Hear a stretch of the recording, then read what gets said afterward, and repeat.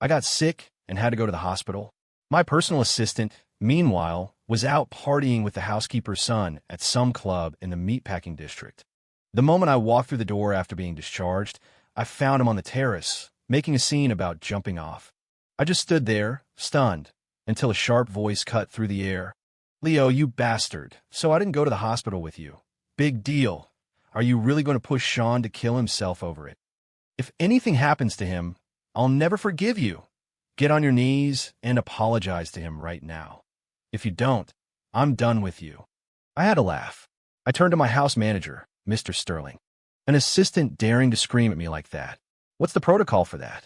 Sterling's face was stone. 20 slaps to the face, sir. Proceed. I said, my voice flat. The assistant's expression froze. This wasn't how the script was supposed to go. 01. I'd been dropped into a novel. I was now the spineless multi-billionaire CEO in a story where everyone, my assistant, my adopted sister, my fiancée, coddled the housekeeper's son. They let him manipulate them with fake suicide attempts and staged self-harm to frame my original character, accusing him of bullying. After they had bled him dry, they threw him out. They installed the housekeeper's son, Sean, as the new CEO of Vance Holdings, and the three of them lived some kind of twisted, hedonistic life together. My predecessor, unable to take the humiliation, eventually jumped from a building. Splat. It was absolutely insane. How could a billionaire CEO be such a complete doormat? The author had thrown all logic out the window just to make his pet protagonist's life a cakewalk. Well, I was here now. I was about to flip the whole damn table. What? What did you say? The assistant, Chloe, stared in disbelief. You're going to have him hit me. You're not afraid of me icing you out? She planted her hands on her hips, radiating indignation. I smiled. You're already defending this parasite over me. Why would I care if you're mad? Give her a good one, Sterling. As the house manager stepped forward grimly, Chloe panicked and stumbled back. He was about to jump because of you. I can't call you out on that. I scoffed. First of all, you have no proof. Second, even if I did push him, what of it? You're an assistant. Who the hell are you to give me orders? Have you lost your mind? Chloe scrambled to get away. Proof? Sean's word is all the proof I need. He's the sweetest guy. He would never lie. I burst out laughing. So you've decided I'm some kind of monster, hell-bent on tormenting a housekeeper's son? Well, yeah. Chloe shot back, her voice full of conviction. You're just jealous that Sean and I are so close. That's why you're trying to hurt him. Her eyes filled with disgust. All this just to have me for yourself. That really got a laugh out of me. You think I'd frame a housekeeper's son just to get a glorified assistant? Are you delusional? Did you forget to take your meds this morning? Neither of you are worth my time. My expression hardened. Can't you even restrain one person? Security. 2 guards immediately stepped forward. Sean rushed to block them, his face a mask of pitiful concern. It's my fault. I was feeling sick and asked Chloe to take care of me. If you're going to punish someone, punish me. Before I could even respond, Chloe was already laying into me. Leo, you heartless, ungrateful monster. I sneered. Oh, really? Was it a life-threatening illness that could only be cured by hitting the dance floor at 1 OAK? Get them both. Sean and Chloe's faces paled as they were quickly restrained. I expected some sign of guilt, but there was none. You asshole. Leo, you're disgusting. You had us followed. Chloe looked at me with pure loathing. Where we go is our business. You don't control us. Let us go. She struggled violently. Sean is fragile. You can't be rough with him. If he gets hurt, I'll never speak to you again. I chuckled coldly. I'm sick, and you neglected your duties to me. Punishing you is my business. And you're worried about him? Hit her. Chloe shrieked. You just try it, LH. Her scream turned into a cry of pain as Sterling's hand cracked across her cheek, leaving a bright red mark. Her face twisted in rage. Aya, you actually hit me. You're fired. You useless servant. Seeing my blank expression, Sterling raised his hand again. This is for your disrespect toward Mr. Vance. You've forgotten your place. Slap, slap, slap. The blows fell heavily. Chloe's shrieks were piercing as her face quickly swelled up like a balloon. Leo, I'm serious. I'll never talk to you again. I mean it. You just let this lowlife hit me one more time, You're still hitting me. Her screams grew even more desperate. Sterling's face was grim as he delivered slap after merciless slap. Sean started to panic, struggling wildly. Let me go. Let me go. Don't hit Chloe. She's innocent. Hit me instead, he cried, putting on a brave, protective front. Chloe was deeply moved. No, Sean, don't say that. Just knowing you care is enough. Your body is too weak for this. Let him hit me. He'll be the one crying and begging for my forgiveness later. Unbelievable. Still completely delusional. My face went cold. Hit him too. What? Sean's expression changed. Chloe screamed. What did Sean do wrong? Why are you hitting him? You're a monster. I grinned. As a member of my household staff, he dared to question my direct order. Doesn't that deserve a lesson?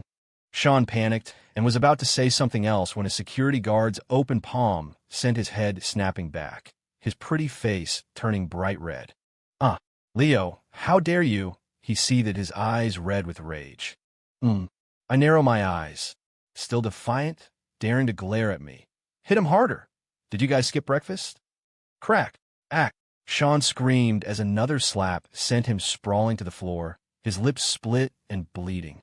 Chloe watched, her heart breaking. Leo, you animal. You petty, small-minded bastard. You son of a bitch. She unleashed a torrent of insults. I let her go on, completely unfazed. When she was finally done screaming and Sterling was done slapping, I spoke calmly. Will you dare to defy me again? Their faces were swollen and purple. They glared at me with pure hatred. You just wait. I will never, ever forgive you for this. Chloe hissed through clenched teeth. Sean, his eyes welling with tears, was still playing his part. It's all my fault I couldn't protect Chloe. It's not your fault. Chloe immediately comforted him. The fault lies with a certain bully who's targeting you just to get to me. I am never speaking to him again. I snorted, watching the two swollen-faced idiots fuel each other's drama. I waved a hand. Keep hitting them. Chloe and Sean's eyes widened in terror. The former screamed, What did we do wrong now? Why are you hitting us again? You absolute animal. Sean chimed in. If you just beat us whenever you want, you'll lose the loyalty of your staff. I laughed. The first round was for giving me orders and questioning me. This round is for dereliction of duty, for encouraging that dereliction, and for insulting me. For each of you. Another 20 slaps. Do it. Chloe's eyes were wild with fear. No, you can't do this. Stop. You'll kill Sean. H. Sterling's hand fell without mercy. He sneered. You uncultured brat. We gave you an inch, and you took a mile. Mr. Vance took you in, gave you food and a home, and this is how you repay him. You ungrateful snake. Chloe's face was venomous. So what? He only did it because he thought I was pretty and wanted to own me. Don't make him sound so noble. You think I want to be his servant my whole life? I paid back any debt I owed him years ago. 02. Sterling delivered another vicious slap. Shameless. Weren't you getting paid a $20,000 monthly salary? Chloe cried out in pain. She wanted to argue, but seeing Sean yelping from the guard's blows, her defiance crumbled into a desperate plea. Leo, are you trying to beat Sean to death? Stop. How can you be so cruel? I'm cruel. My face was ice.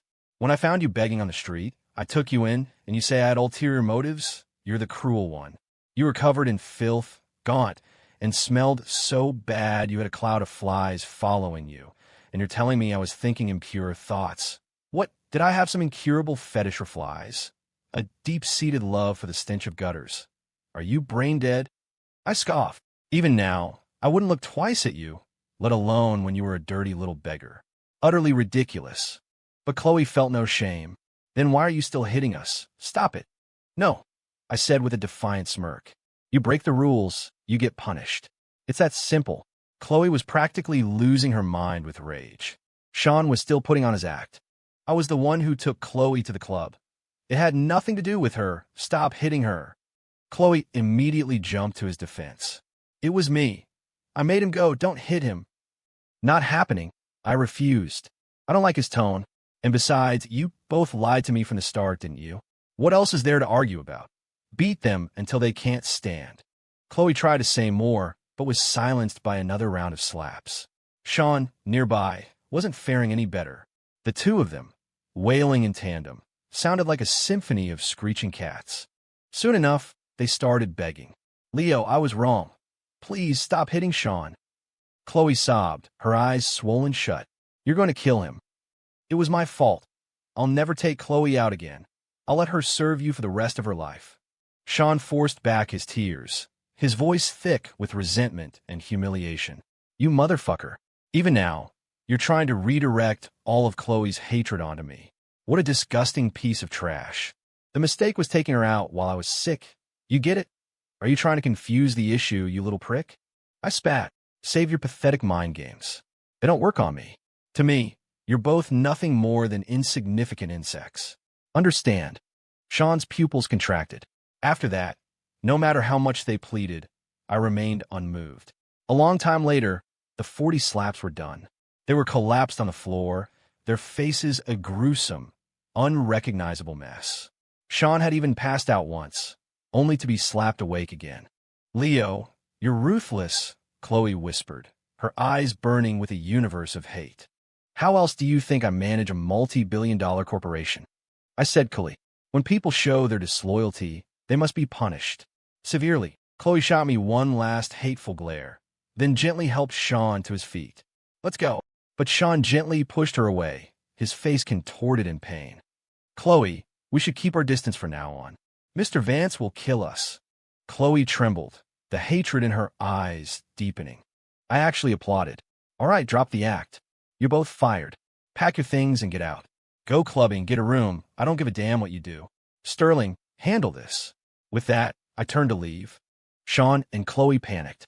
Chloe rushed to block my path. "On what grounds are you firing us?"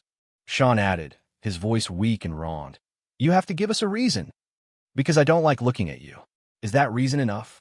I tilted my chin up, looking down on them. "Besides, isn't this exactly what you wanted? I'm setting you free." Chloe's face stiffened.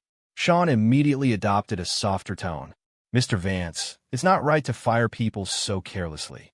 Chloe has worked diligently for the Vance family for years." I glanced at him. "Diligently? Didn't she just say she didn't want to serve me her whole life? That it was a terrible injustice? What's this? I'm giving you your freedom, and now you don't want it? Or are you just a massive hypocrite?" I stared hard at Chloe. Chloe looked guilty and stammered that wasn't it, before quickly changing her argument. "But Sean hasn't done anything wrong. Why are you firing him?" A cold smile touched my lips. "I'm doing you a favor, and you're complaining. What? You don't want to leave together?" Chloe froze and looked at Sean. He sighed with relief. "Mr. Vance, Chloe was just angry. I hope you won't hold it against her. After all these years, she's contributed so much." Chloe looked at me desperately, a glimmer of hope in her eyes. I can tell the difference between an angry outburst and a genuine sentiment. "I don't need you to teach me," I said, my eyes cold, "and this isn't up for debate. Do I need your permission to fire someone from my own house?" Sean's face hardened. "But this won't sit well with the rest of the staff. What the rest of the staff thinks is none of your damn business." I cut him off, laughing mockingly. "So all that heartfelt devotion you two were just performing. That was all an act. Get out. The Vance estate has no place for you." I turned to go, but Chloe grabbed my arm. "Leo, fine. I admit I was a little out of line." "Let it go," she said as if she were doing me a favor. "We're not leaving." I ripped my arm from her grasp. "Who the hell do you think you are? Putting on airs for me. You are an assistant. Remember your place. Whether you leave or not isn't up to you. I've spoiled you rotten, and now you dare use my first name to my face. Sterling, if they refuse to leave, beat them. If they die, we have more than enough money to handle it." Sterling immediately had the guards block them off, staring at them coldly. "This way, please." Their faces were a mask of utter despair. "Leo, are you really going to be this cruel? All I did was make one little mistake, and Sean is completely innocent." Chloe was still fighting it. I stopped in my tracks. "A little mistake? Is this the first time? Last month, I asked you to accompany me to a gala. You disappeared to go see a movie with this pretty boy. When you came back, he slapped himself in the face, and you made me apologize and give him a villa. Have you forgotten? And what about the time I asked you to come with me to visit my parents' graves? They helped raise you, after all.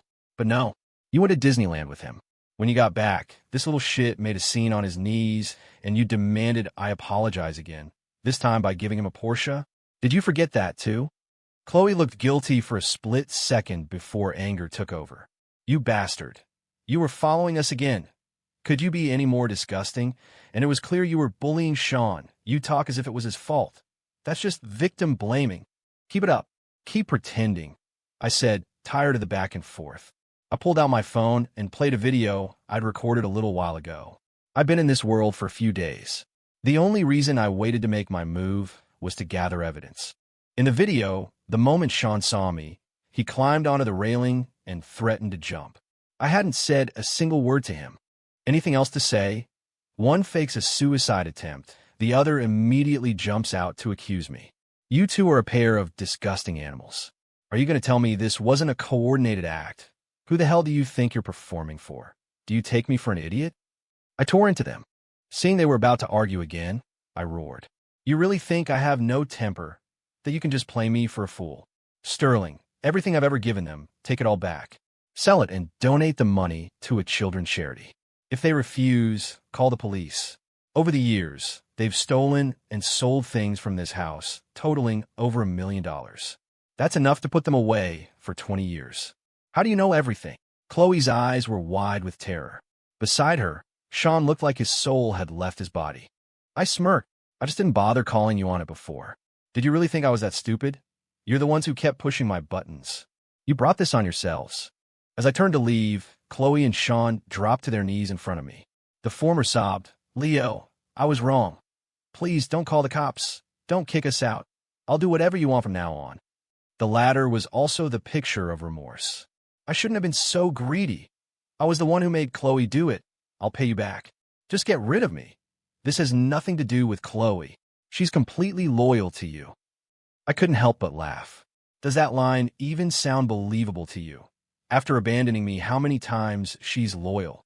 I'm just supposed to be the fool, is that it? My laughter turned to ice. This is non-negotiable. You think this is a game? I walked away without looking back.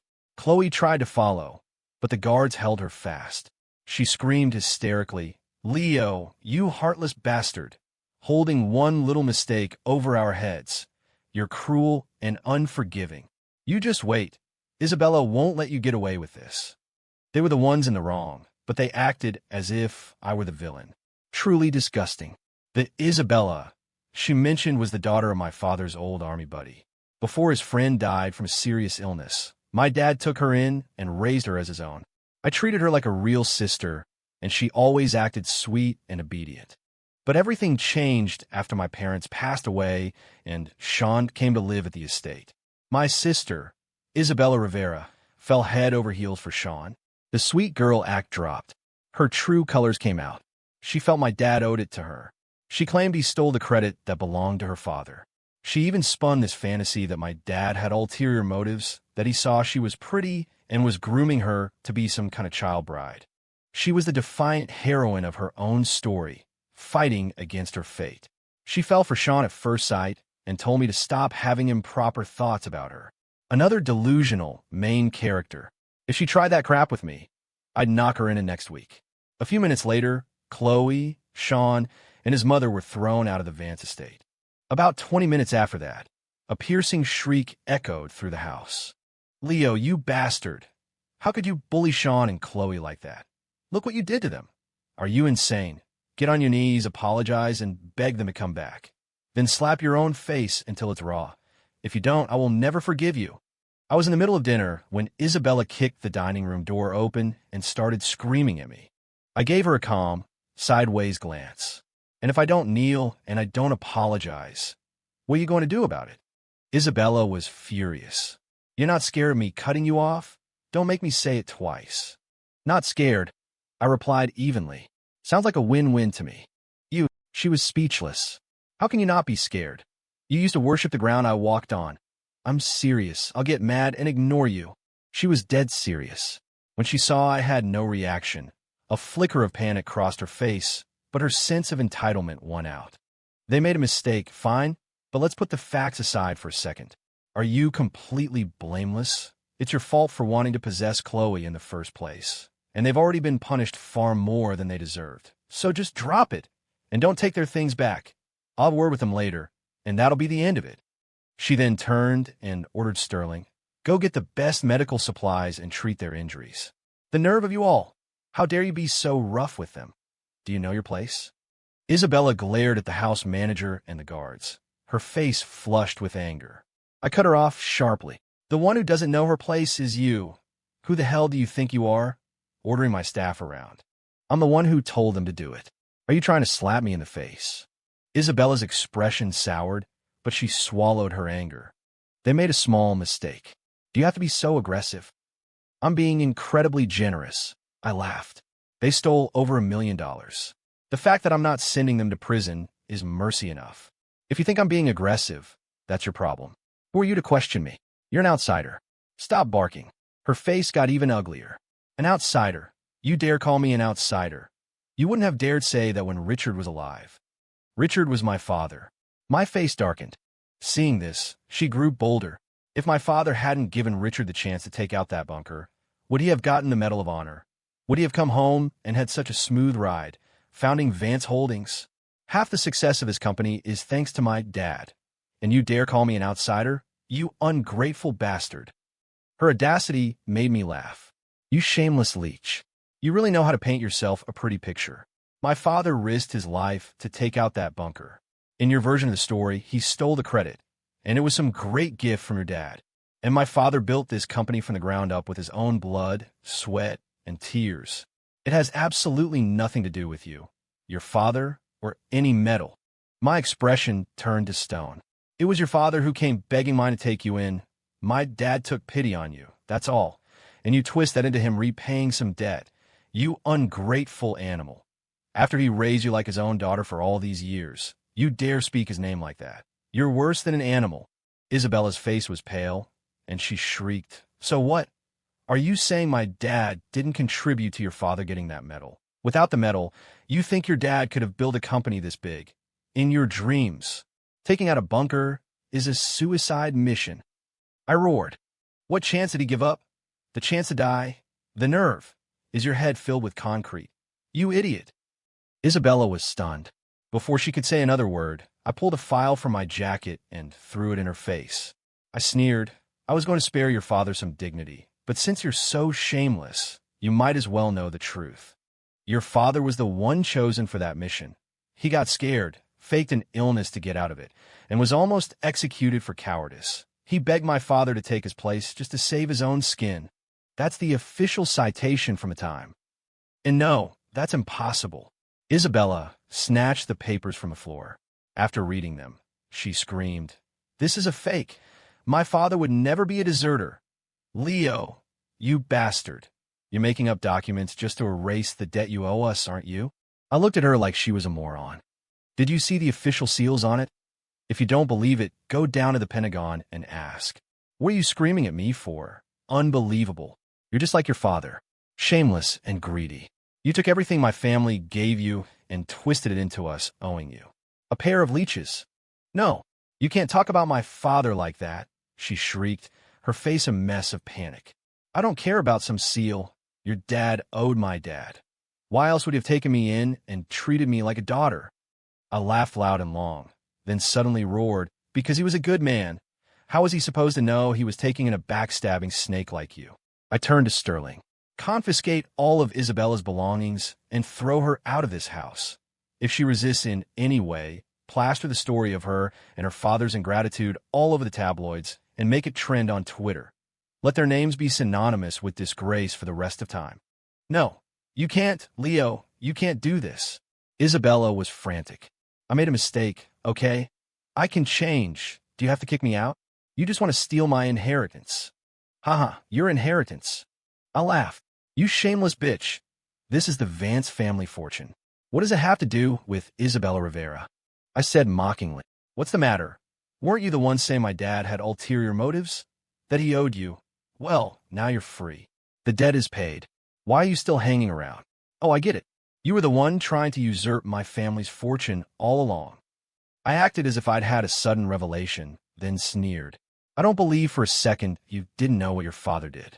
You just didn't want to feel indebted, so you played the victim. What a hypocrite.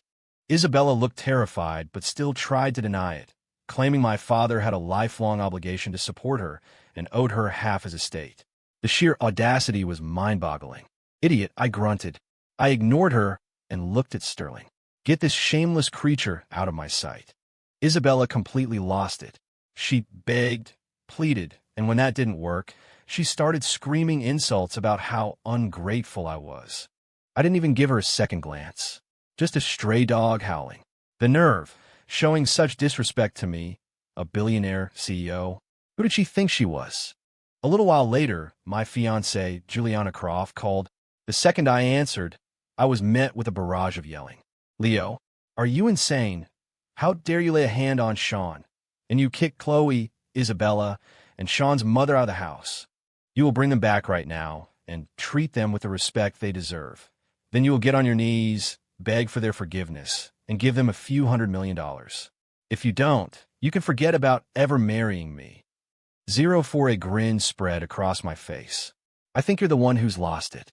What I do is my business. Who the hell are you to meddle in the affairs of my family? Have I given you the impression you have that right? There was a moment of stunned silence on the other end, followed by a piercing shriek. Leo, you really have gone crazy. How dare you talk to me like that? I'm telling you, I'm done with you, and you can kiss any chance of marrying me goodbye. Fine by me, I said coolly. Juliana was choking with rage. Fine. We'll see how Vance Holdings survives without the support of the Croft Corporation. You think I actually want to marry you? Don't come crying back to me when you're bankrupt. I remained perfectly calm. I'll be waiting. Just make sure you're not the one who comes crying back to me. She hung up on me with a furious click. I casually set my phone down and looked at Sterling. Your thoughts? When he hesitated, I told him to speak freely. Miss Croft has forgotten her place, sir. Sterling said, his voice filled with righteous anger. It has always been Vance Holdings supporting the Croft Corporation, not the other way around. For her to twist the truth like that, it's outrageous. If you ask me, we should terminate all our partnerships. Let them come crawling back to you. A corner of my mouth lifted. Do it. Just as you said. Sterling was right. Years ago, the Croft Corporation was on the brink of collapse. Juliana's father came to my dad, begging for help. My father, being a good man, threw him a lifeline and had been propping them up ever since. Not only did he save their company, he helped it grow bigger than ever. And now, in Juliana's mouth, it was them supporting us. The world turned upside down. This whole engagement was something her father had begged for in the first place. Now she was acting like I was lucky to have her, like I was the one desperate to marry into her family. The order was given immediately. Terminate all contracts with the Croft Corporation. They were all sweetheart deals that favored them anyway. The board of directors at Vance Holdings was unanimously, even eagerly, in favor. And since Vance Holdings had drafted the contracts, we held the right to unilateral termination. We wouldn't lose a dime. Just as I hung up, my phone rang again. I thought it might be the Crofts, having already gotten the news, but it was Juliana. I'm giving you one last chance. Apologize to them, bring them back, and we'll forget this ever happened. It was so absurd I was speechless. Take your chance and shove it. You're in no position to be making deals with me. Juliana hissed through her teeth. Don't push your luck. You've been given an inch and you're taking a mile. You really think I wanted to give you this chance? Then don't. I shot back. You talk a big game, but you still came crawling back, didn't you? Drop the act. If you're going to beg, do it properly. Get on your knees and call me daddy. You son of a... Juliana exploded, screaming obscenities at me. I hung up. A moment later, she called back, her voice tight with fury. Vance Holdings is what it is today because of my family. How could you be so ungrateful, you? You're out of your goddamn mind. I cut her off. Are you an idiot? Does the Croft Corporation have even a tenth of our market cap? Stop embarrassing yourself. Go home and ask your daddy, Arthur Croft. Ask him who saved his company all those years ago. Ask him who was on his knees in front of my father, begging for a handout. I'll let it slide, and you take it as an invitation to walk all over me. You're nothing but a bonus prize that came with the deal. Know your place. I hung up, blocked her number, and deleted it. Not long after, Arthur Croft himself called. He must have gotten the notice about the contracts. Leo, you can't just cancel our partnerships. Don't you want to marry Juliana anymore? Reinstate the deals, and give us another 10% margin. Otherwise, you can forget about my daughter. There's a line of handsome, wealthy heirs from prominent families dying to marry her. He was still using that arrogant, condescending tone. It made me laugh. Great. I'd love to see which one of those blind idiots wants to marry the daughter of a nearly bankrupt company. Leo, Arthur choked, his tone immediately turning meek. What's gotten into you? Did Juliana upset you? I'll talk to her, but canceling our contracts like this, isn't it a bit rash? Rash, I sneered. Juliana seems to think Vance Holdings owes its success to you. You old fox, how long were you going to play dumb?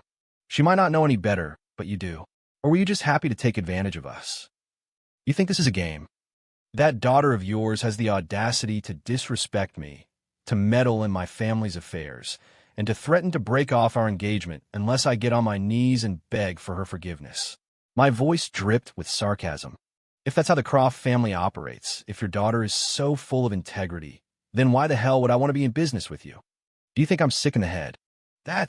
Arthur was stammering apologies, saying it was all a misunderstanding. Leo, if I had known Juliana would say such things, I would have stopped her. As soon as she gets home, I'll make her apologize to you. About the contracts. Contracts my ass. I swore. The Croft Corporation is so mighty. Why do you need our business? So you can keep telling everyone how you're helping us. How we flourished because of you? If Juliana Croft is not on her knees in front of me today, apologizing and begging for my forgiveness, you can watch the Croft Corporation burn to the ground. I hung up and blocked his number 2. I wasn't worried. Arthur Croft was a notoriously ruthless and opportunistic snake. Half an hour later, Arthur arrived, breathless, dragging a very reluctant Juliana with him. Mr. Vance. I ignored him. He awkwardly tugged on Juliana's sleeve. She shot me a look of pure contempt. Leo, you want me to kneel and apologize to you? Is this your game? Threatening my father with business contracts just to force me to marry you? Now that Vance Holdings is on top, you're just going to kick away the ladder and erase all the help my family gave you. 05. I glanced at the nervous-looking Arthur Croft, my voice cold. Help from your family. Arthur, are you still trying to test me? Sterling, throw them out. I'm here to listen to them beg, not to listen to them bark. Arthur's face changed. He groveled. Juliana is young and foolish, Mr. Vance. Please, be the bigger person. You used to adore her, didn't you? Adore my ass. Look at her now, acting like I'm still chasing her, trying to force her into this. As if I can't find any other woman on the planet. Why do I want a psycho? Who the hell does she think she is? If she doesn't kneel and beg me for forgiveness right now, this conversation is over. Isn't it the truth? Juliana's face was a mask of fury. She was about to erupt when Arthur quickly stopped her, pleading, Juliana, just apologize to Mr. Vance, and this will all be over. Juliana looked at him in disbelief and shrieked, Never! Dad, we don't need his damn projects. Let them go. Don't let him intimidate you. He'll come crawling back to us later. Arthur looked at me, his face a portrait of distress. Mr. Vance, you see. I waved a hand dismissively. See what? Show them the door. He finally snapped, yelling at Juliana. Apologize to Mr. Vance. Juliana's eyes were red, her expression defiant. I won't. I would rather die than submit to his tyranny. She glared at me. You'll never force me to marry you. Never. I actually clapped. Excellent. A true martyr for her cause. Now, get out. Sterling and the guards moved to escort them out. Arthur panicked. He kicked the back of Juliana's knee and roared, You wretched girl. Kneel and apologize to Mr. Vance. She stood her ground, neck stiff with pride. Just as Arthur was about to force her down, I held up a hand. That's enough. No need to kneel. Before he could look relieved, I continued. Just get the hell out. You've run out chances. My patience is gone. You're just someone else's sloppy seconds. Anyway. My eyes were full of contempt. What? Impossible. Arthur was agitated. My daughter is a proper lady. Mr. Vance, you can't make jokes like that. A flicker of panic crossed Juliana's eyes, but she forced a calm, disgusted expression.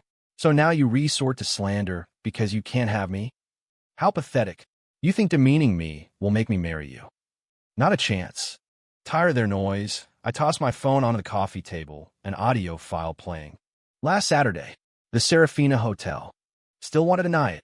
As the sounds of Sean and Juliana's moans filled the room, The color drained from her face. She screamed, "Leo, you followed me? You animal. You're disgusting." To hear her, you'd think I was the one who had cheated. I laughed.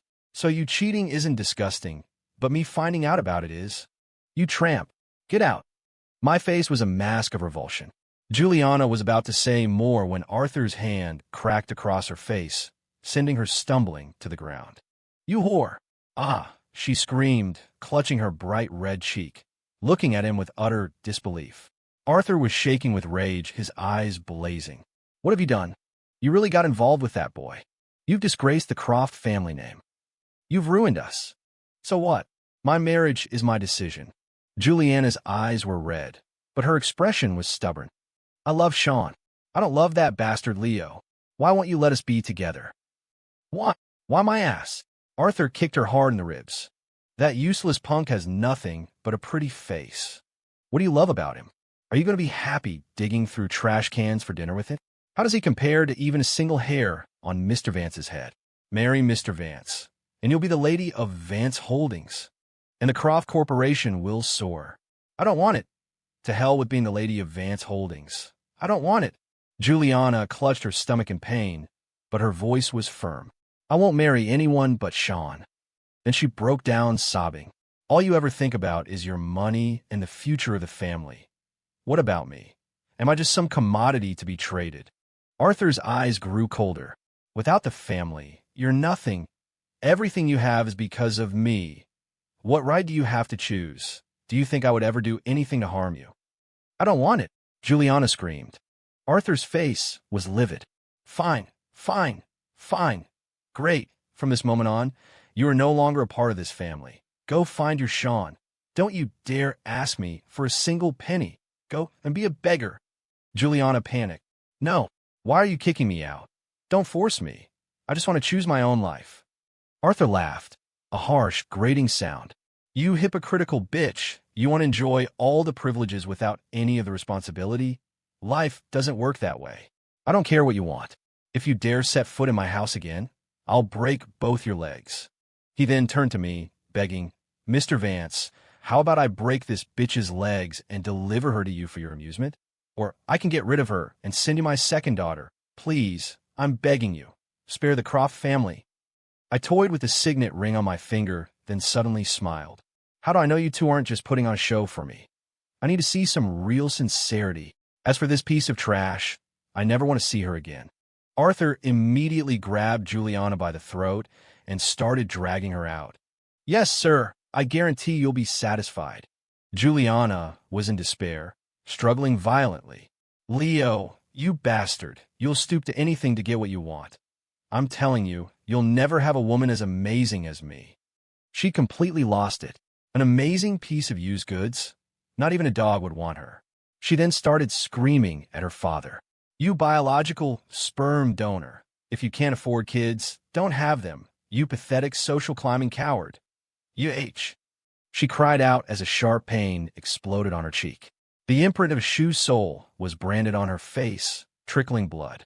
When Juliana looked up, ready to lose her mind, she met Arthur's murderous, icy glare. "How did I raise such an idiot? You still want to marry that pretty boy? Not a chance in hell." He grabbed a handful of her hair and, ignoring her screams, dragged her out like a sack of garbage. A smile played on my lips. Perfect. I didn't even have to lift a finger. Afterward, I hired a private investigator to keep tabs on the Crofts. I soon learned that Sean and his mother, who had been staying with them, were thrown out onto the street by Arthur. As for Juliana, under the pretext of sending her to study abroad, Arthur secretly had his men drive her overnight to a remote mountain town and deliver her to the home of a lonely old man to be his wife. The investigator sent me a video. Juliana was chained to a bedpost.